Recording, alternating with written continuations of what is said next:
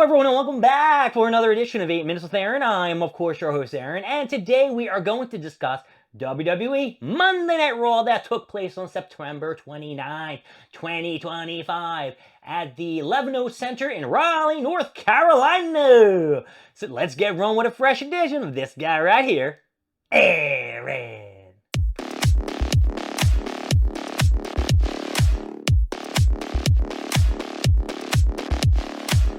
Monday Night Raw started off with Rhea Ripley walking down to the ring, and the people were chanting, "Mommy, Mommy." She was talking about what happened last week with Asuka and Kairi Sane, and even with Io Sky.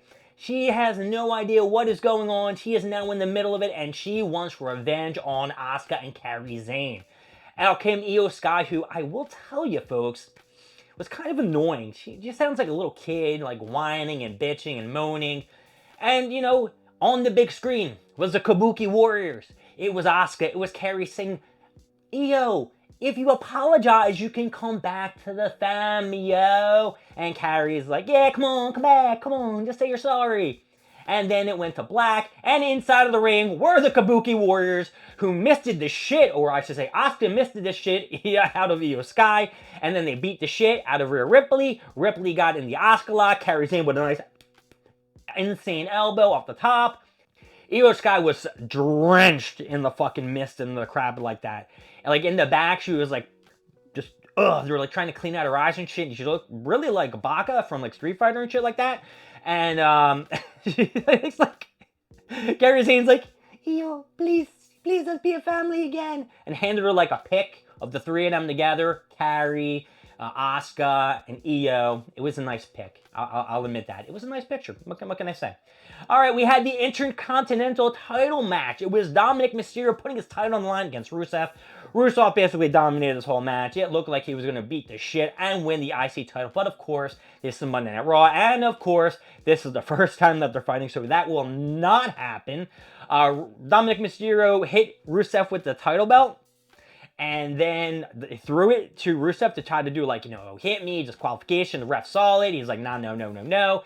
As Rusev went to grab Dominic off the referee, he did a mule kick right to the balls, rolled them up, 1, 2, 3. Dominic got the victory. I'm going to give this match an up because it was interesting and it was a weird finish. And I should say in the beginning, Judgment Day, Finn Balor and JD McDonough did walk to the entranceway with Dominic and just said, "Yo, we ain't helping you, bro," and walked away. Interesting development. The next match that we had was Bayley versus Raquel Rodriguez, who was coming out with Roxanne Perez. Before Bayley came out to the ring, she was talking with Lyra Valkyrie and being like, "Listen, I need you to come out here." And Lyra Valkyrie's like, "Look, last time I came out with you, I tried to help you. I got in the ring. You pushed me. You yelled at me. I ain't doing this shit." Bayley went to the ring like fucking power walking, was on a mission, got in the ring, started beating the shit out of Raquel Rodriguez. She was getting the early offensive on her. Raquel Rodriguez started to get the one-up on her with the little assistance of Roxanne Perez on the outside of the ring. It came down to like an eye scratch. Like Bayley got Roxanne Perez into figure 4. They were like fighting back and forth over who had control. She was trying to change him like a sharpshooter type of thing. And then, Roxanne interfered and then gave Raquel the chance to hit her move, which is some kind of bomb. I don't know what the fuck it's called. If you know what it's called, you leave down in the comments because I'd be great. And then they started to beat the shit after the match on Bayley. And then Lyra Valkyrie came to the ring, saved Bayley. Bayley and her embraced. For now. For now, they embraced. For now. Rhea Ripley went up to Io Sky in the back and started talking to her about what happened earlier. Said, "I'm really sorry that this is happening between you and Asuka and Kairi Sane."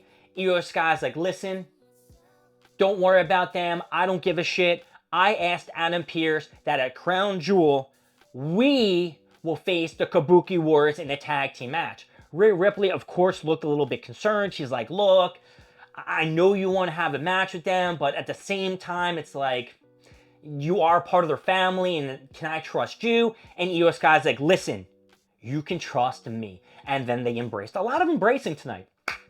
A lot of embracing. A lot of people are just loving each other. That's all good. Becky Lynch went crazy on, what's her name? Maxine Dupree in the back. She pushed Tozawa. And it looked like he died. And then Maxine Dupree was like, "Well, how can you do that? That's so fucked up." And then Becky's like, okay, okay. And she turned around, and then grabbed her hand and started smashing her head into, like, a suitcase. So, I don't know. They have a match next week. Nobody wants to see that. I don't want to see that. You don't want to see that. I just don't get it. And then earlier tonight, you had a LA Knight who ran to Adam Pearce, was talking about how he wants a title match against Seth Rollins. Of course, who came in, the New Day, to complain about Penta's Penta driver. And Kofi Kingston made an off-comment remark about he was a champion. LA Knight has not been a world champion. And now they have a match. And let's talk about it. LA Knight versus Kofi Kingston. This match wasn't that bad. I'm just going to cut to the chase. He had a BFT for the win. LA Knight pulled out the victory on Kofi Kingston after a failed Trouble in Paradise.